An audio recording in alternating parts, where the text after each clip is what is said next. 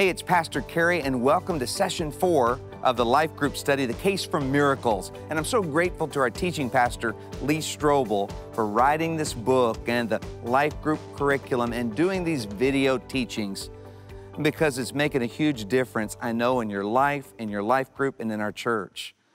And so I really encourage you, if you're enjoying this, stay together as a life group and continue on after these 5 weeks, because the next session is the last session of this study, but we have many more great studies that are life-changing. And I also want to encourage you to make sure that you pray together for miracles at the end of each session. And so Chris Van Houten, our pastor of life groups, is going to share with you just some tips for how to relate in your life group and just some things that may help you as you host and lead and connect in a life group. And then Pastor Lee will come teach, and I know you'll be blessed.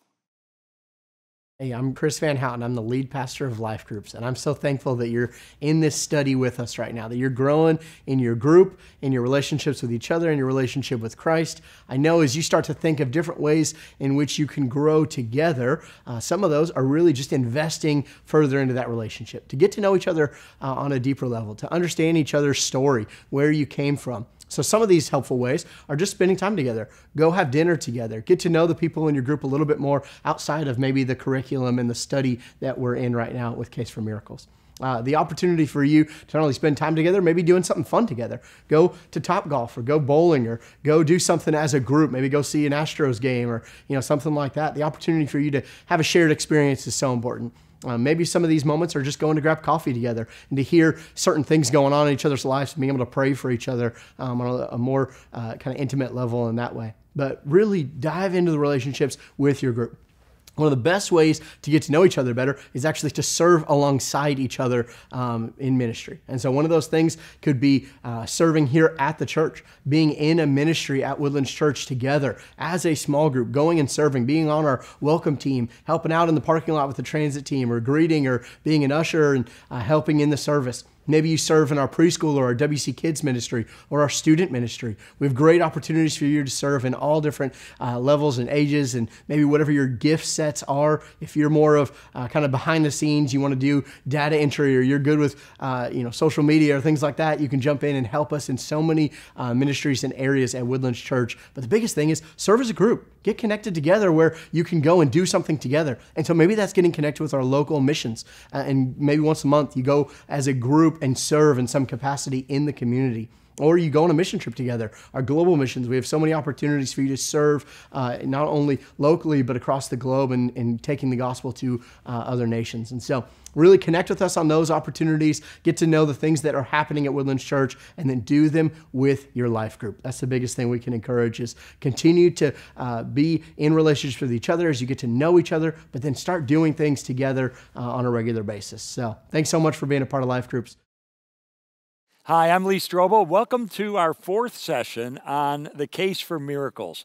And I talk in this section of the book about the most spectacular miracle of all, which is creation itself. I mean, how God created everything from nothing. You talk about a miracle. You talk about something that's incredibly powerful.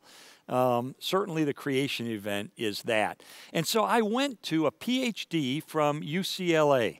University of California in Los Angeles, who's a professor at a secular university in Oklahoma, who's also a Christian, but who has studied physics and understands the evidence from physics that points first toward the origin of the universe and secondly toward the fine-tuning of the universe. Why is that important? Because we know from physics that the universe at some point in the past began to exist. We also know that whatever begins to exist has a cause behind it. Therefore, there must be a cause behind the universe. What kind of a cause can bring a universe into existence? Must be powerful, smart, spirit, or immaterial because he existed before the material world. Eternal or timeless because he existed before time was created at the creation event. Must be caring because he crafted such a perfect environment for us. Must be one God because Occam's razor tells us that there would be one. And so this is a good description of the God of the Bible. And then, as he points out, the evidence of the fine-tuning of the universe tells us that our universe is not a coincidence. You cannot explain the laws and constants of the universe. You can't explain them away as saying, oh, they were just a coincidence. The numbers are too phenomenal to explain them away. In fact, if you run the numbers, as he says in my interview, this physicist, he says when you run those numbers, what you realize, there's a word to describe how this could happen by coincidence. It's called impossible.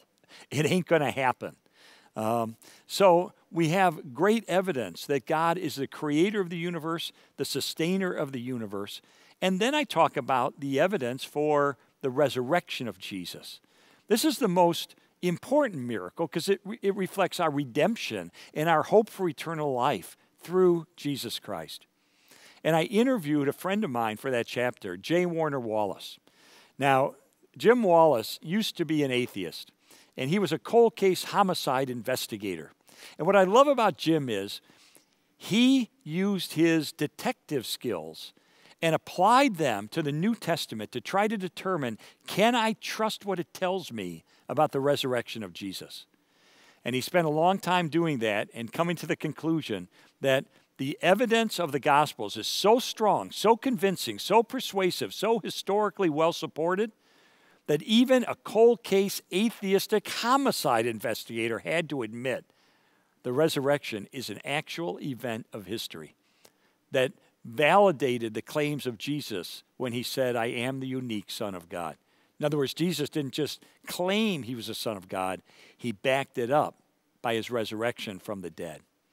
And I love that because I was an atheist and I was trained in law and I used my journalism and legal training to investigate the evidence for the resurrection. I came to the same conclusion that Jim Wallace did. And so many others have done that. Sir Lionel Luckhoo. There's a crazy name, isn't it? Sir Lionel Luckhoo. Brilliant legal scholar. In fact, Sir Lionel Luckhoo won more cases as a defense attorney, more murder cases than anybody else in history. He was in the Guinness Book of World Records. Tremendous attorney. And he was knighted twice by Queen Elizabeth. He was named to the highest court of his land, and he was a skeptic about the resurrection. And so one day, when I was a pastor in California, I told his story to the congregation. I said he was a skeptic, but what did he do? He used his legal training to investigate the evidence for the resurrection of Jesus, and he became convinced that the resurrection actually occurred. And he became a strong apologist, or someone who wrote and spoke about how the evidence of history points toward the truth of the resurrection. So I described that story, that's this congregation, when I was a teacher at Saddleback Church in California. And a woman comes up to me later, and she says, I'm your neighbor. I live not right down the block from your house right here in California. I said, oh, that's great. She said, yeah. She said, Sir Lionel Luckhoo, that's my brother. Because he died several years earlier. I never was able to talk to Sir Lionel, but I got to talk to his sister. And she gave me some of his writings that had never been published, where Sir Lionel Luckhoo, this monumental legal expert, applied his legal acumen to the historical record and said there is no conclusion other than Jesus is who he claimed to be. He proved it by returning from the dead. I thought that was pretty cool that I got to meet his sister, who validated the story for me, gave me some of his papers and so. But J. Warner Wallace and me and Sir Lionel Luckhoo, we're just the tip of the iceberg.